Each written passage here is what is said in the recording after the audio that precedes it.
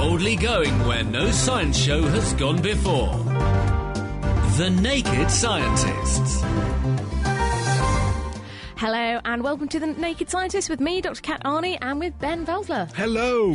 And this week we are seeking out the science of the seriously small. That's nanotechnology. We're going to be going on a whistle-stop tour, taking in just a handful of the many ways that nanotechnology hopes to enhance our lives. We'll be finding out how tiny, flexible electronics could be worn over or even under your skin, and how tiny silicon diving boards coated with proteins can tell us how superbugs evade antibiotics. When the antibiotic binds to the peptide on the cantilever, it causes the cantilever to bend by a very tiny amount, just a few nanometers. The amount of bending is proportional to the concentration of antibiotic in solution, essentially how powerful the drug is in the body. We'll also find out how sheets of carbon just one atom thick can be used to read the entire human genome in just a couple of hours, and how nanotech motherships can deliver exactly the right amount of drug directly to where it's needed. Plus, the plant genome that could solve the food crisis, how our fingerprints help us to feel fine textures, and how a new way to make LEDs could slash our household bills. And as if that isn't enough, in Kitchen Science, Dave will be looking for silver in soot. That's all to come on today's Naked Scientists. If you want to get in touch with any questions or comments, we would love to hear from you. Our email address is chris@thenakedscientist.com. The Naked Scientists Podcast, powered by UK Fast, the UK's best hosting provider. On the web at ukfast.net. Now, in a true piece of science detective work, researchers at the Laboratoire de Physique Statistique in Paris have found another reason why we have fingerprints. It's been known for a while that the distinctive ridges on the pads of our fingers help us to grip things, but now Julien Schibert and colleagues have shown that fingerprints also help us to feel fine textures and tiny, tiny objects less than 200 nanometers across through vibrations. Now, writing in the journal Science, they developed a special mechanical sensor which is fitted with a rubbery cap to act a bit like an artificial fingertip. Using either very smooth caps or ones ridged to simulate fingerprints, they rubbed their artificial finger across finely textured surfaces. They found that the cap with a fingerprint was actually made to vibrate by the contact at a frequency somewhere in the region of 250 hertz. That's 250 vibrations per second.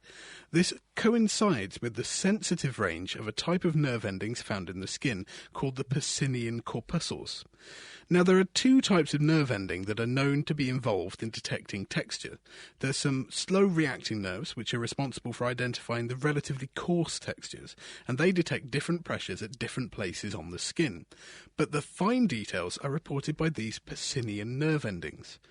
Now, they've only tested this so far with a series of straight parallel ridges, so not exactly the same as the swirly lines of our fingerprints, but their findings suggest that our fingerprints actually fine-tune these vibrations, selectively amplifying certain frequencies to ensure that our nerves can pick up fine details. Intriguing stuff. And keeping with the theme of nanotechnology this week, researchers at Stanford University in the States have managed to write the smallest letters ever, assembled from subatomic particles just 0.3 nanometers in size. And the researchers are particularly pleased with this achievement because it was Stanford scientists that first created the world's smallest writing back in 1985, but they lost their crown in 1990 to IBM, who famously arranged xenon atoms to spell out the company's name. Well, now they have their record back. But how did they do it? Well, the researchers encoded the letters S and U, standing for Stanford University, by using the interference pattern of electron waves on the surface of a film of copper. Now, the technique actually projects a tiny little hologram of the letters, which can only be seen using a very powerful microscope. And writing about their work in the journal Nature Nanotechnology, the Stanford team's letters are more than 4 times smaller than those IBM initials, and they were created using a scanning tunneling microscope, which is used to push individual atoms around. And what the scientists did was they used it to put individual molecules of carbon monoxide into a special pattern on a film of copper that was about the size of a fingernail. Now, electrons are constantly whizzing around on the copper because it's metal. That's what electrons like to do in metals. And because electrons can act as waves, as well as what we know they're traditionally viewed as particles, but the electron waves get shaped by the carbon monoxide, pretty much like if you imagine a pond with stones sticking up in it and you make a ripple, those ripples will be disturbed by the stones in the pond. And so you get interference patterns with these electron waves, and this depends on the position of the carbon monoxide molecules on the surface of the copper. So eventually they create a consistent pattern that can basically be read like a hologram. Now, this does all sound pretty nerdy, but the technique could be very important for the future of computing because it enables information to be stored at a much higher density than is currently available. It was thought that you could have sort of 1 bit per atom, 1 piece of information per atom. But this is actually enables you to store more information. For example, the researchers could create different holograms on the same chip by using different electron wavelengths, and this increases the amount of information you can store and pushes it way beyond our current boundaries of computing power. That's really impressive, and I thought the smallest letters ever were ones written by school children to pen pals that they didn't want. Anyway, another bit of research this week is showing that reed warblers have found that mob rule can avoid being cuckolded by cuckoos. Now, cuckoos live a very parasitic lifestyle. They lay their eggs in the nests of other birds, letting those other birds spend their time and resources bringing up their young. From an evolutionary perspective, it's a very good trick if you can get away with it. But if you're the victim, then you're wasting your own resources on somebody else's DNA. Writing in Current Biology, Cambridge University researcher Nick Davis reports on how reed warblers use mobbing techniques to try and keep the parasitic cuckoos away from their nests. Mobbing is, however, a very risky strategy. It's very energy intensive and it exposes you to predators. It may not even prevent the cuckoo from getting through. Worse still, sometimes these reed warblers mistakenly mob a sparrowhawk, which looks a little bit like a cuckoo, but the worse than that, it actually feeds on reed warblers, so a really big mistake. Now, you'd think that some birds would just save their energy and they just reject any eggs that don't look like their own. But the cuckoos have evolved to be able to lay mimic eggs, which actually look the same as the reed warblers. So this establishes kind of an evolutionary arms race between parasite and host. So what they did was place model cuckoos near the reed warblers' egg-bearing nests, and then Davis and colleagues could observe how the warblers attempted to defend their nests. About half of the time, the warblers became aggressive and did this mobbing behaviour. And in the high-risk areas, this mobbing behaviour made them far less likely to be subject to a cuckoo visit than their more peaceful neighbours. But significantly, in areas where the warblers were at lower risk, so there were fewer cuckoos around, they were actually far less likely to show the mobbing behaviour. In fact, in those areas, mobbing was actually likely to attract cuckoos in rather than scare them away. Reed warblers were also shown to reserve this mobbing behaviour only for cuckoos, so not for any other predator, not for any other pest, showing that they adapt their nest defence strategy according to their conditions, which is actually very much like our own human military. Intriguing stuff from the world of cuckoos. And now another sort of natural world story, which is related to climate change, which is having a very big impact on food supplies. Now, for example, if climate changes in a major crop growing region, it may not be possible to grow the crops that grow there normally anymore. So scientists are investigating whether people who live in very dry regions that are only getting drier can grow alternatives to wheat and other food crops. Now, one such alternative is a plant called sorghum, and this is a type of grass that originally came from Africa, and it grows really well under hot and dry conditions. So farmers in warm parts of the Americas, Asia and Europe are growing sorghum for food, animal fodder, as well as using it in biofuels, and you can also burn the stuff to provide energy. Now, this sounds like an all-round wonder plant. Brilliant stuff. And in order to uncover the secrets to its versatility and hardiness, researchers who are in Munich have analysed the whole sorghum genome, and this is the first time that the genome of a plant of African origin has actually been sequenced, so lots of useful information there. And they published their results in the latest issue of the journal Nature. And the scientists say that their results will help us to understand more about how plants like sorghum resist drought and high temperatures and could help with the development of hardier versions of other crops in the future. Also, this new data is going to enable researchers to compare the genome of sorghum with rice and maize. These are two really important crop plants that have had their genome sequenced already. So this will tell us a lot about how crop plants evolve and the genes that give them their specific properties. And it does seem that we're going to need to know this sort of information if we are going to tackle with a changing climate and make sure we still have enough food. Absolutely. Fantastic. Also in the news this week, a new way to make light-emitting diodes, that's LEDs, and this could slash household lighting bills and help to make clean drinking water accessible to everybody.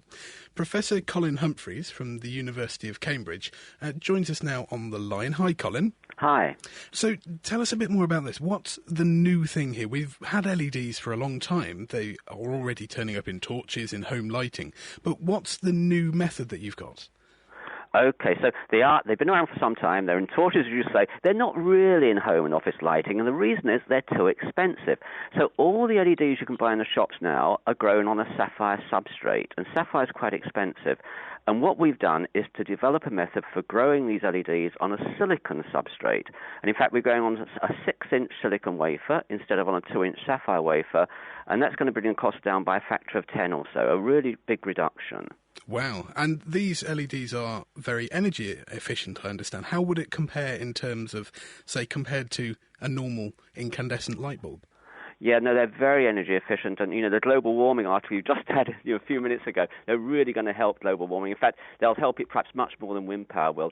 So, in terms of an incandescent light bulb, a tungsten light bulb, we're aiming to be 12 times as efficient as a tungsten light bulb, and we're aiming to be 3 times as efficient as a low-energy light bulb you can go out and buy now. Already, they're more efficient than a low-energy light bulb. Wow! And is that for the same brightness as well? And that's for the same brightness, absolutely. And we want to really make them better quality and better bright light than the low-energy light bulbs, which, as you know, are not very popular. In fact, they're the biggest cause of divorce in the country now, I'm told, low-energy light bulbs. So. Well, I didn't realise that. Well, so hopefully your gallium nitride LED light won't be a cause of divorce. But I've also heard that these could help to make clean drinking water accessible to people. I understand that what you can do with these is make ultraviolet light. That's right. So the light emission from the gallium nitride, you actually add some indium to it to get visible light emission. If you add aluminium, you can get deep ultraviolet. Now, deep ultraviolet of a certain wavelength, it's about 270 nanometers. It destroys the nucleic acid in both DNA and RNA, and it stops viruses and bacteria from reproducing, so it effectively kills them. So if we can make LEDs that emit this deep UV, we can kill all known viruses, all known bacteria, and you could put a ring of these LEDs on the inside of a water pipe coming into a home, say in the third world, and you could just, water which is riddled with bacteria and viruses, you can make it harmless. And also it'd be useful, of course, for our country as well, but particularly for third world people.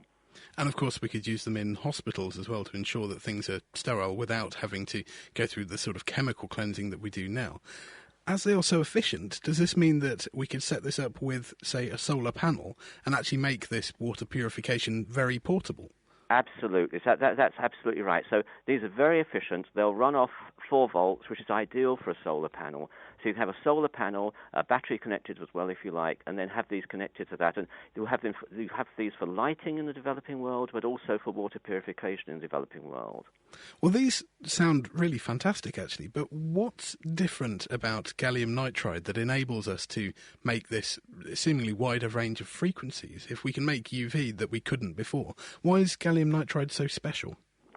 Well, gallium nitride is called a wide bandgap semiconductor. And before it came along, the only light emission we could get from semiconductors was in the infrared and in the red, and rather weakly in the green and the yellow. Because silicon doesn't emit light anyway, but gallium arsenide emits light and indium phosphide, but they're narrow bandgap materials. This has a much wider bandgap. So gallium nitride itself emits in the near ultraviolet. And then there's another material called indium nitride, which emits in the infrared. If you mix those two materials together, you can get any energy you want from the near infrared going right through the visible spectrum to the near ultraviolet. If you add some aluminium to it, you can go really into deep ultraviolet. So this is a new material system. It's man-made. It can cover this range of the electromagnetic spectrum that we've never had before from a solid-state semiconductor. This really does sound quite incredible. When should we expect to see these on the market? So for the home and office lighting, scientists always predict things that are going to happen before they happen. I think within the next 5 years, certainly, maybe 2 or 3 years. The UV problem is more difficult to solve. We've already got the right wavelength to be emitted, but the intensity at the moment is too low, so we've got to push up that intensity. I think realistically that may be 5 to 10 years, but I really believe it's going to happen then. Well, clearly getting fresh, clean, drinkable water to everybody in the world is still a challenge, and I suspect, unfortunately, it will still be a challenge in those 5 to 10 years. So good luck. I hope that we get them to the market as soon as possible, not least because I'd like to see my own electricity bills slashed a bit. But thank you ever so much for joining us. That was Professor Colin Humphreys explaining how a new way of making gallium nitride LEDs could see dramatic cuts in home electricity bills, as well as providing cheap, clean water wherever it's needed. Keeping you abreast of the world's best science. The Naked Scientists. You are listening to The Naked Scientists with Ben Valsler and Kat Arney. And there is also another way to listen to The Naked Scientists. You can go online and chat about the science in the show with like-minded folks at the same time.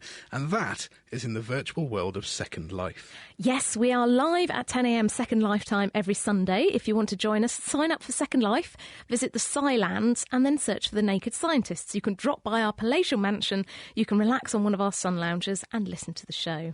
And speaking of ways to discuss science, you also probably know about thenakedscientists.com/forum. That's where we have this thriving community of all sorts of people, professionals and lay people, talking science every day. We would like to say a very big hello to Eth, better known as Dr. Beaver, on the forum. He's been a fantastic contributor and he's always appreciated, and we're all thinking of him. Now, we are all suffering from the credit crunch and global financial collapse, but Ben and Dave may have an experiment to solve our problems. Hello, welcome to this week's Kitchen Science, where Dave assures me that we're going to make silver out of soot. Now, Dave, this sounds fantastic. I've heard the saying that where there's muck, there's brass, but where there's soot, there's silver. I'm afraid we're not actually going to be making silver, so all of our financial woes aren't going to be over, Ben. Oh, well, I'm sure it's a fantastic effect, knowing your sorts of kitchen science. So what do we have to do? All you need for this is a candle, something which won't catch fire, which is opaque, something like a spoon, or we're going to use a mug, and a bowl of water. OK, so very simple stuff. We are using a candle. Is this safe to do at home? Well, if you think a candle's safe, it's perfectly safe to do at home, yes. Right, so all the usual precautions that you'd have if you were handling even a small flame, but it should be safe for people to try out at home. So what do they actually need to do? Well, the first thing to do is to light the candle. OK.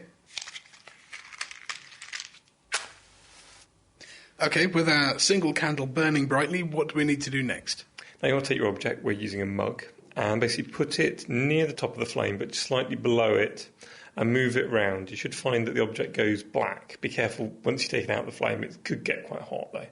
So we need to put it in the yellow part of the flame? Yeah, that's right. Not right at the bottom and not above the top. OK, so we need to be careful that we're not going to do it with anything that will melt or conduct the heat or catch fire. So a ceramic cup seems perfect for this, really. And we're just going to hold it just in the yellow bit of the flame so that we build up a layer of soot upon the cup. Now, it blackens very quickly, actually, and I can see how this would get quite hot. But very quickly it gets this layer of black soot all over it. Dave, what is actually going on there?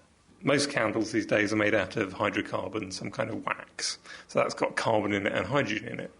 When you heat it up and start it burning, the first thing which burns is the hydrogen reacts with oxygen to form water.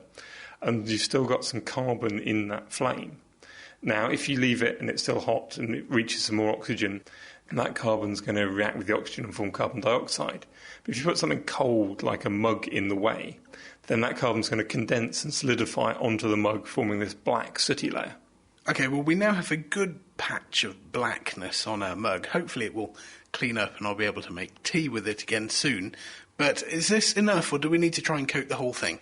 Well, I'm going to spend the next 5 or 6 minutes covering this mug, well, a good half of it, in a good layer of black soot. And then what I want you to do is take the mug and put it under water and look at the sooty bit.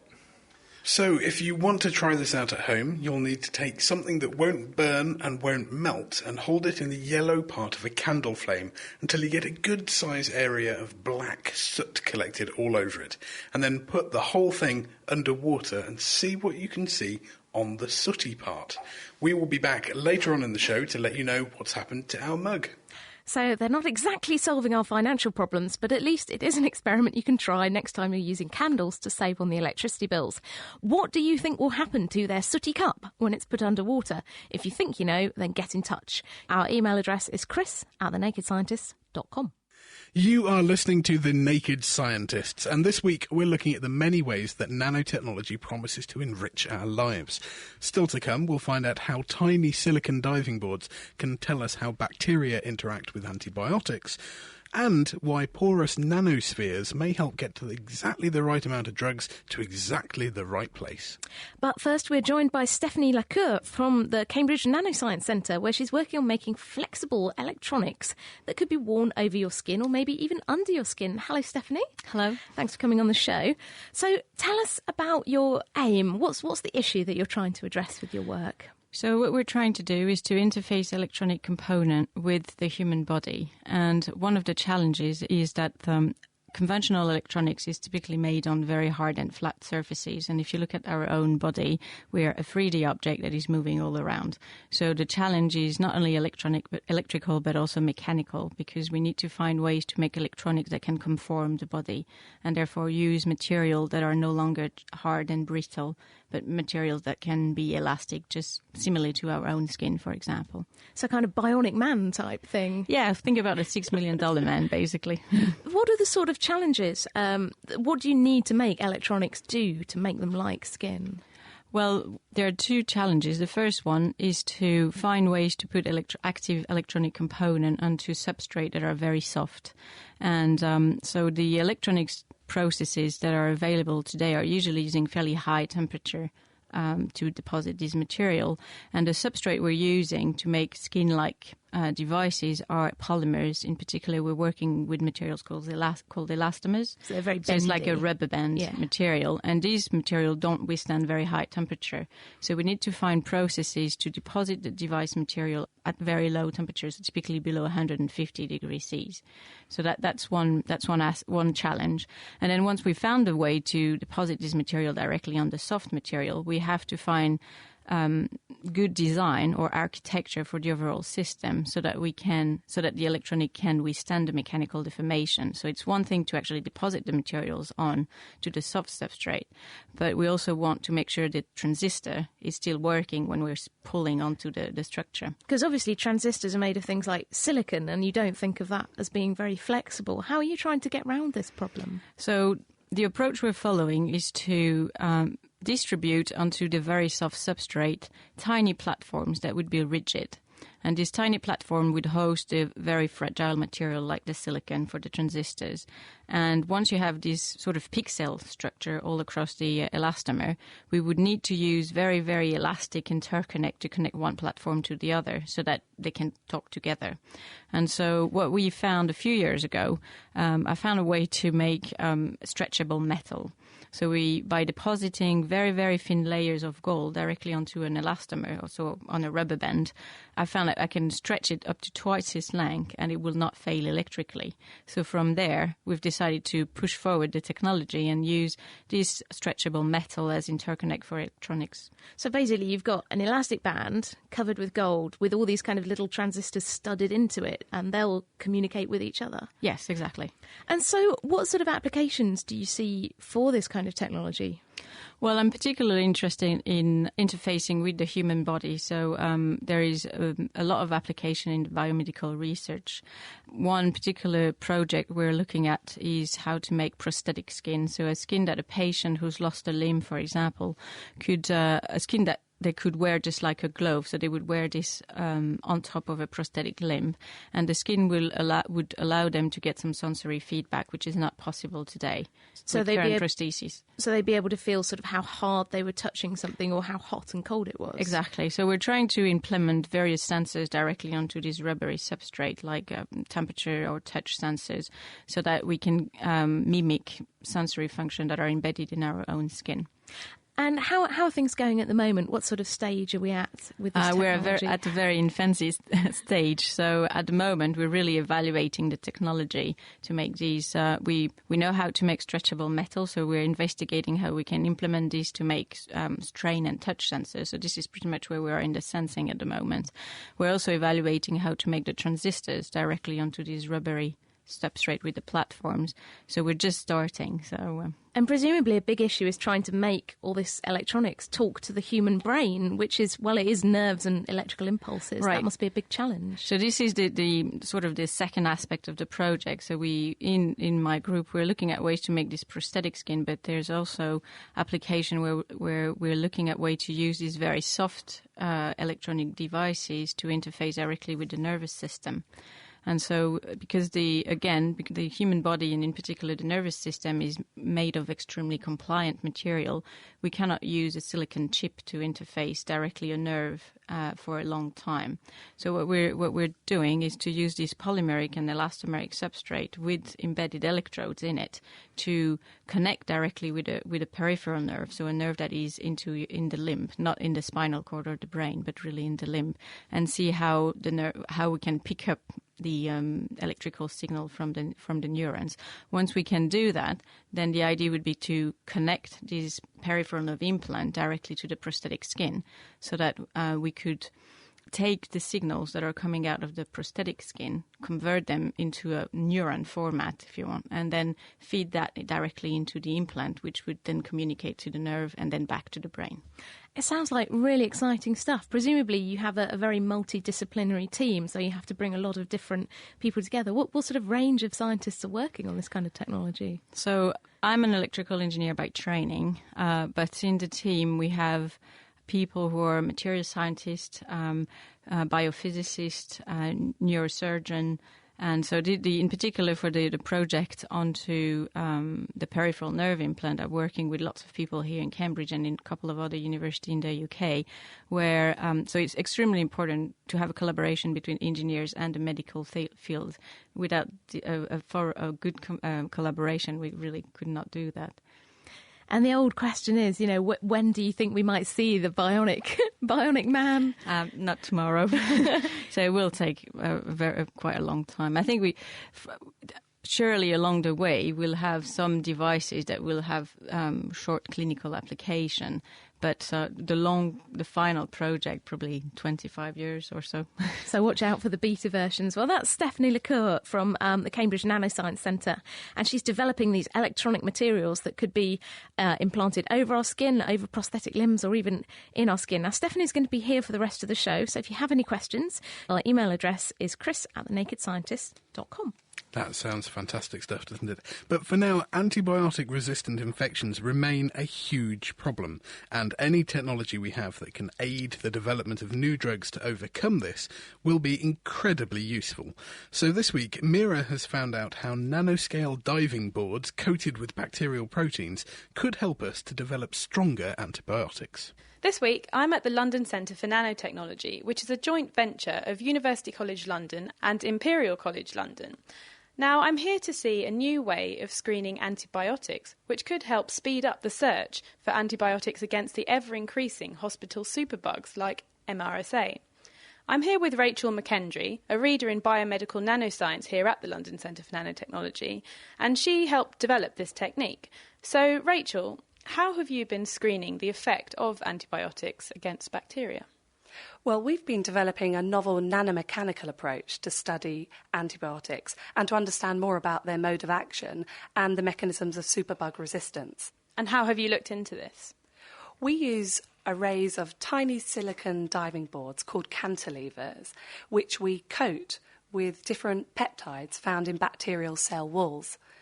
We then inject different antibiotics in solution, and for our studies we've focused on vancomycin, which is in fact one of the most powerful antibiotics that we have in the battle against resistant superbugs. But how does putting bacterial proteins on a diving board and then putting a solution of antibiotics help you learn about the effect of these antibiotics on the proteins? When the antibiotic binds to the peptide on the cantilever, it causes the cantilever to bend by a very tiny amount, just a few nanometers. But we can detect this by shining a light source onto the very end of the cantilever and measuring its position on a photosensitive detector. And what we found is the amount of bending is proportional to the concentration of antibiotic in solution. And from this, we can learn about the strength of the interaction, the binding constant, which is a measure of how powerful the drug is in the body. So does this mean then that the greater amount of bending you measure, the greater the damage to the bacteria?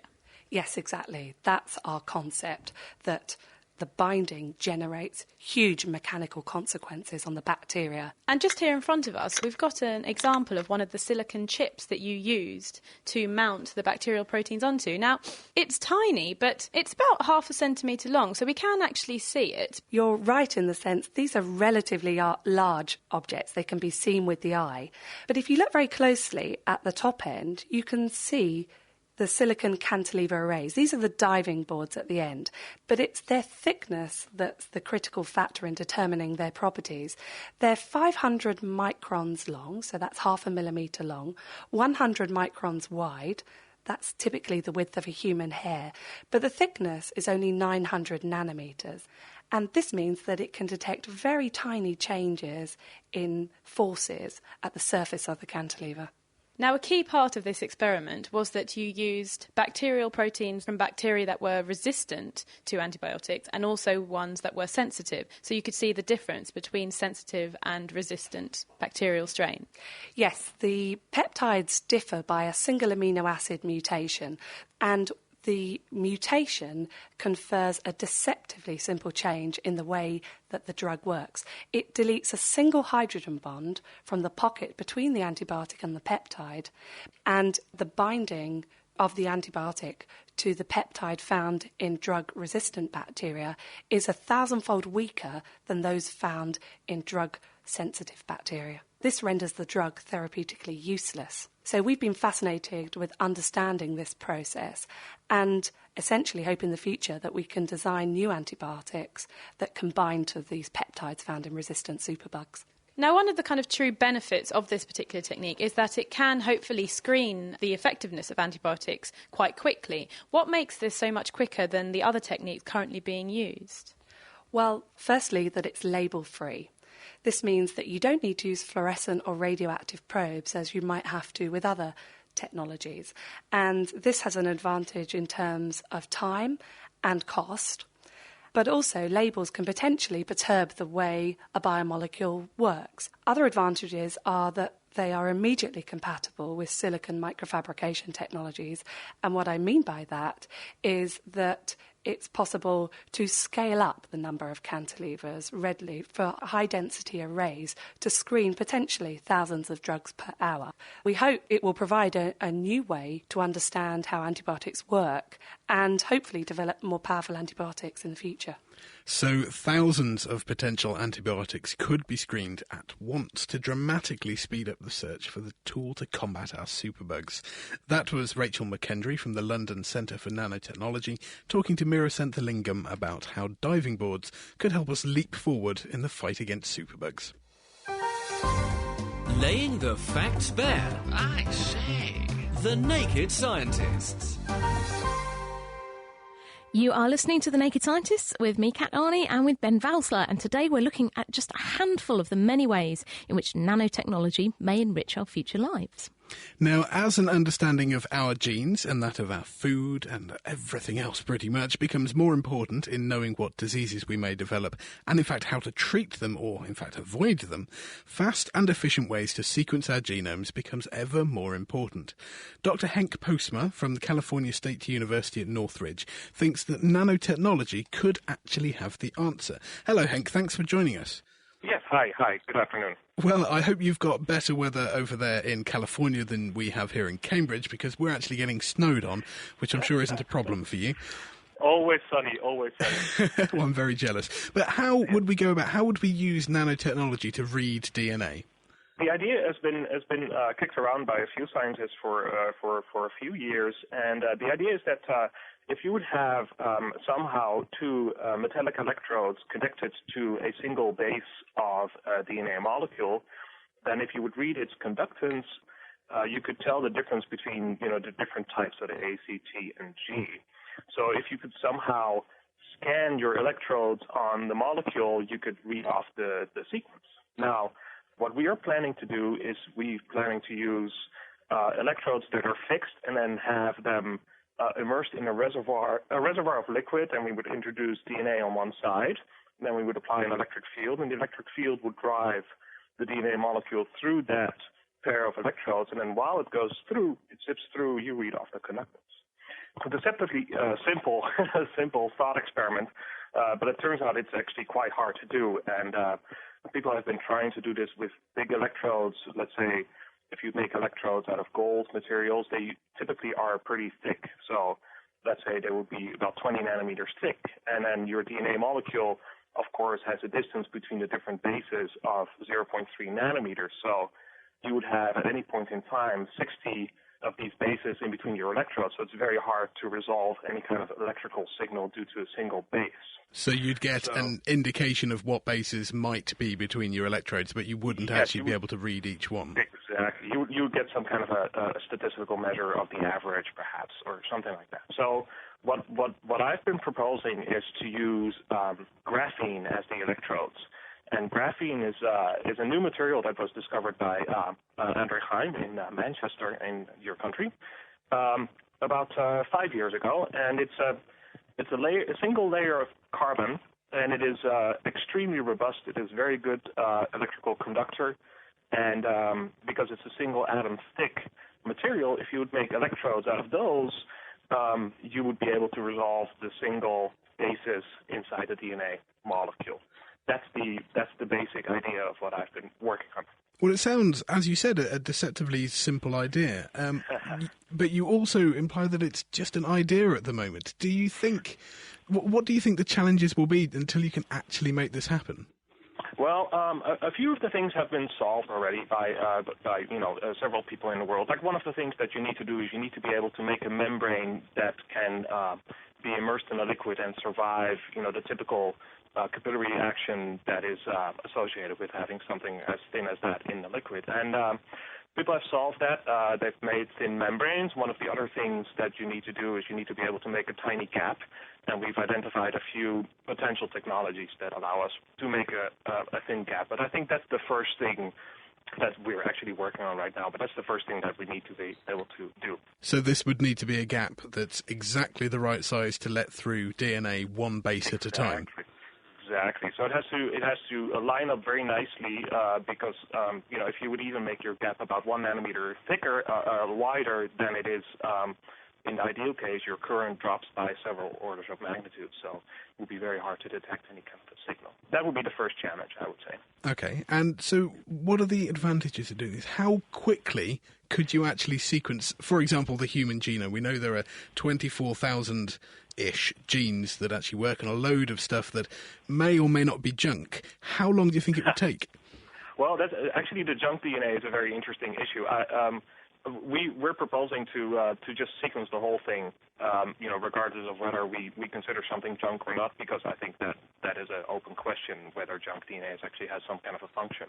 But anyway, so extrapolating from our read time for a single base, I think we estimated it would be about 3 microseconds if you would be able to use such a device for one single DNA molecule of the human, and it would take about 2 hours to read the whole thing.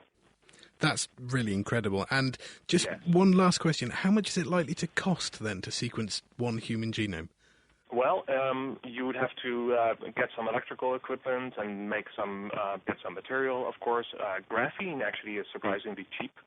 I'm not sure. I mean, the first, of course, my lab is very expensive, but I presume that if you want to do it again, you don't have to make any extra investments. So I won't be able to put a number on it, and certainly that's something that has to be figured out later.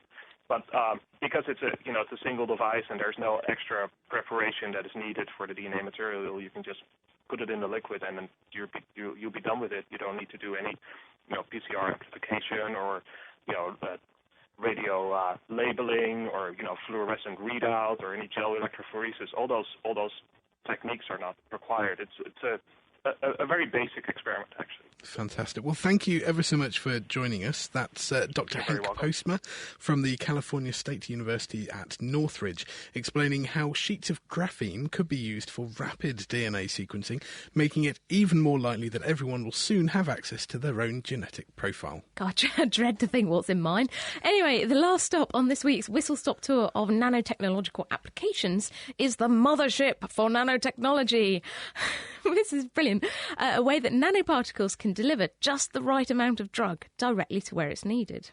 Yes, that's very true. I caught up with Professor Michael Saylor from the University of California at San Diego, another person enjoying the sun while we're in the snow, to find out how you can convince such tiny particles to be your drug deliverers. So to get a material to deliver a drug, one of the themes that we've been developing is so-called mothership for nanotechnology. So we build a nanostructure that's fairly large. It's still a nanostructure, but it's large enough to hold a smaller component inside it. So we'll make these porous silicon-based nanostructures that can contain a drug. So one of the really favorite projects right now, really exciting one that I have going on, is working with a guy named Bill Freeman, who's the director of the Jacobs Retina Center here at UC San Diego. And he sees patients every day with a disease called macular degeneration, and that's a disease of the eye, typically age-related, kind of one of the main causes of blindness in older folks. And there are no drugs available that you can give to a patient as a pill and have it get through the stomach and make it into the eye. And so they unfortunately have to take their patients in and stick a needle in their eye and inject the drug. The problem with that is that there's a chance of infection. And once you put the drug in the eye, typically these kinds of drugs will only last for a month or two before they're all gone. And then the patient has to come back in and be injected again. Bill approached me with this problem, and he said, the only way we can keep the drug in the patient's eye for a therapeutically useful time is to massively overdose them. We have to inject a lot of drug in the eye. If we put a high dose in, the patient's very susceptible to problems. There's a probability of strokes and other complications that come from having too high of a concentration of drug. And so he knew we were working on these little nanoparticles that had pores in them. And he said, can you put the drug inside those structures, lock it up in there, keep it away from the body, sequester it until it's needed, and then have it leach out slowly so that the level concentration of drug in the body is much lower, still above the therapeutic level, so it's treating the disease, but not so high that it does any damage. And what we are now developing are materials that can stay in the eye, at least in the rabbit eye, for 8 months. So how does it avoid the processes that usually recycle the fluid in the eye and actually would take away the drug that they'd put in there? If you had a material that you're putting into the eye and it stayed there even after its effective time was done, after it's already delivered its drug, then eventually too much builds up and you're going to start occluding the vision. And so the real key thing for that was to have these materials definitely dissolve away into nothing. But it has to dissolve away slow enough that the drug locked inside is delivered in a fairly smooth and slow fashion. So this should mean that people suffering from AMD would perhaps have one nanoparticle administered every 6 months rather than an injection of an excess of drug every month. Well, we still have to put a lot of drug in the eye, and so it really wouldn't be one nanoparticle. We would be injecting large quantities of nanoparticles, but roughly the same volume that the doctor now injects into a patient. The key thing is just that when that drug goes into that 100 microliter injection that's going into the eye, it's not all instantly available. Some of it is locked away, and it's releasing over a much slower time period. And when do you expect that people will be queuing up for their clinics to have their nanoparticle eyeball injections? That's a really tough question. We would like to get into the clinic within a year. We're at the stage right now where we're doing experiments with rabbits. And as you know, with any material really, but nanomaterials in particular, we want to be very, very careful that we're not doing more harm than good. So the problems that may come up, infections, longer-term issues, do the materials really degrade away to nothing? Are they getting eliminated completely? There's a lot of work that still needs to be done. But, one of the real challenges here with a nanomaterial is even if you think it's harmless, and I'm sitting here saying, well, these are made out of silicon dioxide or iron oxide, and that's a material the body can accept and degrade smoothly. There are great examples of nanomaterials that are made of things that are completely harmless that are really nasty. For instance, carbon nanotubes, they do not degrade in the body at all. And so unless your body can eliminate them somehow, if it gets stuck somewhere, it's there forever. If you look at asbestos, the chemical composition of it is quite harmless. It's aluminum, silicon, and oxygen, and some iron typically. So kind of the same sort of constituents that we're talking about here. Why is that particular aluminosilicate, that asbestos mineral, so harmful? Because it's in a nanostructure that doesn't degrade. It's actually quite stable, even though the elemental components are not toxic. When that material gets into the body, in the lungs in particular for asbestos, it sits there and doesn't go away. The body can't dissolve it. And so those fibers will stay lodged in the lungs, make lesions, and cause problems. And so that's a real moral to the story of nanomaterials. It's not good enough to just say, oh, the elements are harmless. You've got to know that the material itself will go away. That was Professor Michael Saylor from UCSD on how nanoparticles can take controlled doses of medicines directly to the place they're needed. But if we're not careful with the structures we create today, we could be storing up problems for the future. Lifting the lab coat on the world's best science. The Naked Scientists. And now it's time to invite the polished and professional, but by no means high-maintenance, Diana O'Carroll back into the studio for a rather shiny question of the week. Hi, Diana. Why, thank you very much. Hi, Kat. Well, this week we are polishing up our act. Hello, my name is David Walwyn and I'm phoning you from South Africa. Many years ago I was obliged to polish to a mirror finish the leather shoes and belt of a certain sergeant, and the only way of achieving the desired result was to use copious quantities of spit. My question is, why does spit enhance the shine of shoe polish? And perhaps a related question. Modern shoes don't seem to require polishing. What surface finish is applied in the manufacturing which gives these shoes an everlasting shine? So why is spitting good for your shoes? Hello, my name is Chris Powley-Williams and I'm from a company called Leatherwise in Northampton, the UK. We're quite intrigued by the question posed by Dave as to why spit and polish is so successful on your shoes, and the reason is actually all to do with protein. And traditionally in the leather industry, when we wanted a very highly glazed or highly polished shoe, we used to use the protein that you find in milk, and that's casein, and it would have been applied to the leather surface and it would have been fixed in place with formaldehyde, or formalin, some people would know that as. And then we would have used a glass block and glazed the actual finish, and that would have given you this really high polish effect. In effect, that's what Dave is doing every time he spits on his shoes, because in your saliva, there's a high amount of protein. So by spitting on your shoes and then rubbing it up to a polish, you're actually trying to glaze the protein in the same way we would have done traditionally many years ago. Dave also poses the question, well, nowadays, how a finish is different. We tend not to use the protein finishes. They're very brittle. We're not allowed to use formaldehyde in the same way that we used to use it. And so we tend to use a lot of polymer finishes now and nitrocellulose, polyurethane, things like that. And so we can achieve the same levels of gloss, but in quite a different way. One interesting fact we came across ourselves was that actually it's best to clean your shoes when you're happy. The reason being that the protein in your spit or your saliva actually decreases if you're feeling depressed and increases when you're feeling happy. So if you want a really good gloss on your shoes, only spit on them when you're in a good mood, and that should solve all your problems. So, happy spit makes for shiny shoes. And on our forum, JNA noted that you have to spit on your mask when diving to stop it from steaming up. Could it be the same protein at work? Well, I wouldn't recommend going around spitting on other people's shoes even, to show them how happy you are. It's a bit of a tongue twister, that one. Well, from the leather capital of Northampton to what I think is a capital idea. Hello, this is Paul from New Zealand. My question is, a year or two ago I was daydreaming of a light suit of armour which folk could put on, and it would help uncoordinated fools such as myself to do Tai Chi or ballroom dancing, either by giving me an electrical prod in the left leg or the right leg or left arm or right arm or whatever. Any comments? Wearable robots, tell us what you think or send your questions of the week to chris@thenakedscientist.com or join the discussion on our forum, and that's at thenakedscientist.com/forum. Thank you very much, Diana. We will see you again next week, I hope. Bringing the facts to bear. The Naked Scientists.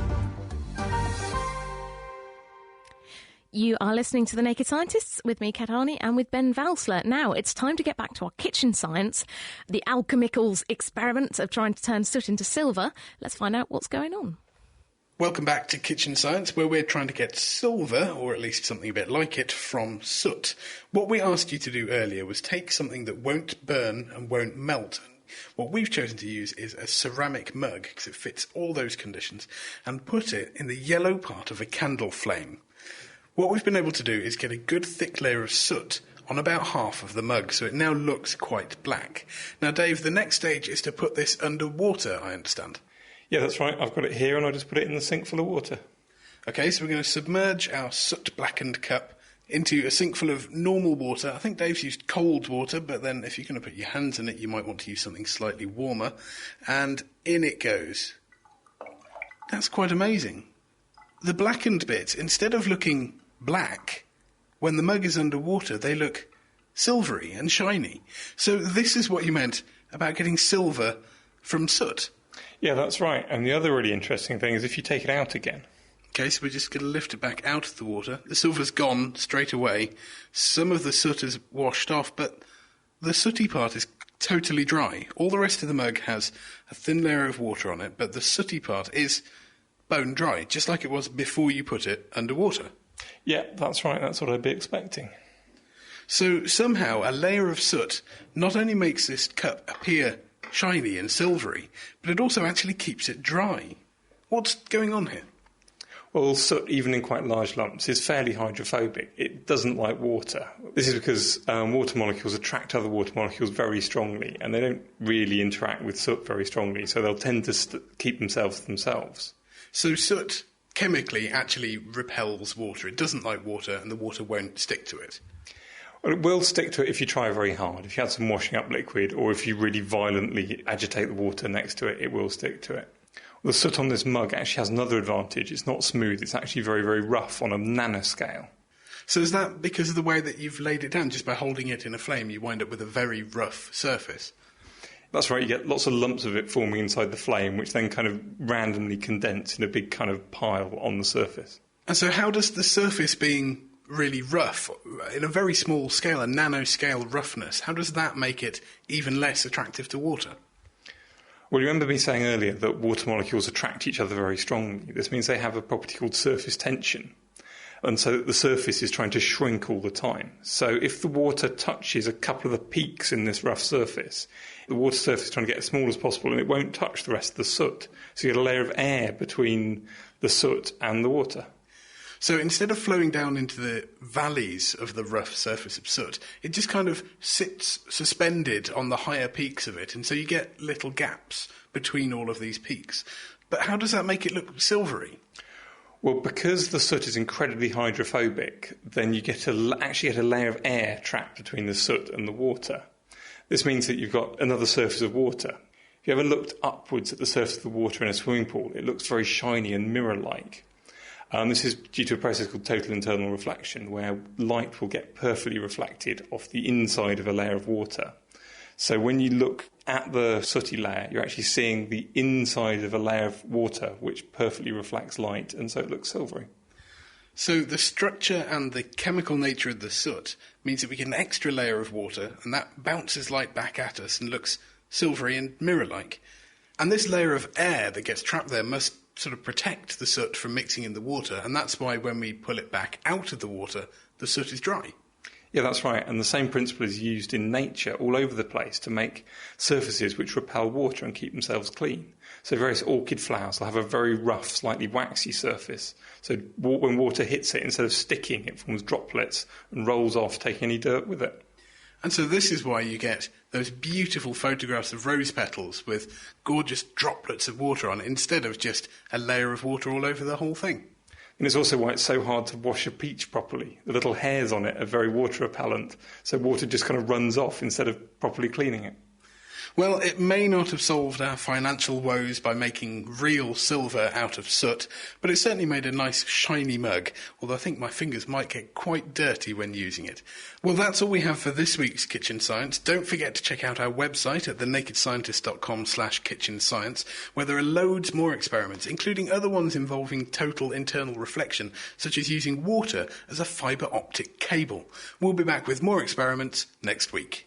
So it's the rough nanostructure of soot that makes it repellent to water, forming a silvery surface on the sooty mug, keeping it dry. We've got a full explanation of this along with loads of other experiments on the website.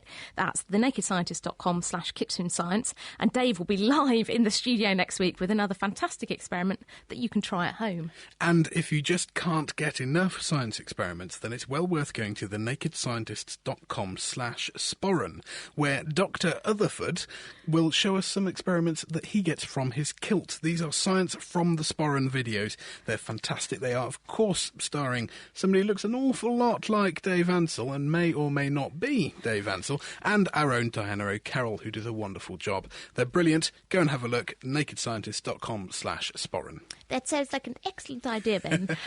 We've got a couple of emails here from Naked Scientist listeners who are all over the world, which is fantastic. We've had an email here from Rashid, who's in Yemen, who says he enjoys the programmes immensely. This is the only access that he has to the English language and science in the remote part of the world that is the Yemen. Keep up the good work. And we've also got an email from Tiara Francis, who's from St Vincent and the Grenadines, which is fantastic. She's keen on learning anything scientific and she's an interested follower. So if you're out there in internet world, in Second Life, if you live somewhere really amazing, do write in and let us know. It's chris@thenakedscientist.com. We would love to hear from you. Well, I'm afraid that's all we have time for this week, so many thanks to Colin Humphreys, Stephanie LaCour, Rachel McKendry, Henk Postma and Michael Saylor for taking us through the wonderful world of nanotechnology. Thanks also to our production team, Diana O'Carroll, Mira Sentherlingham, and driving the desk with us this week, it's Tom Simpkins. And finally, thanks to you at home for listening. Next week we'll be taking on your science questions, so we need you to let your curiosity run wild and get your questions into chris@thenakedscientist.com. There's more science at thenakedscientist.com/podcasts, and we'll see you again next week. The Naked Scientist podcast comes to you from Cambridge University and is supported by the Wellcome Trust, the EPSRC and UK FAST. For more information, look us up online at nakedscientist.com.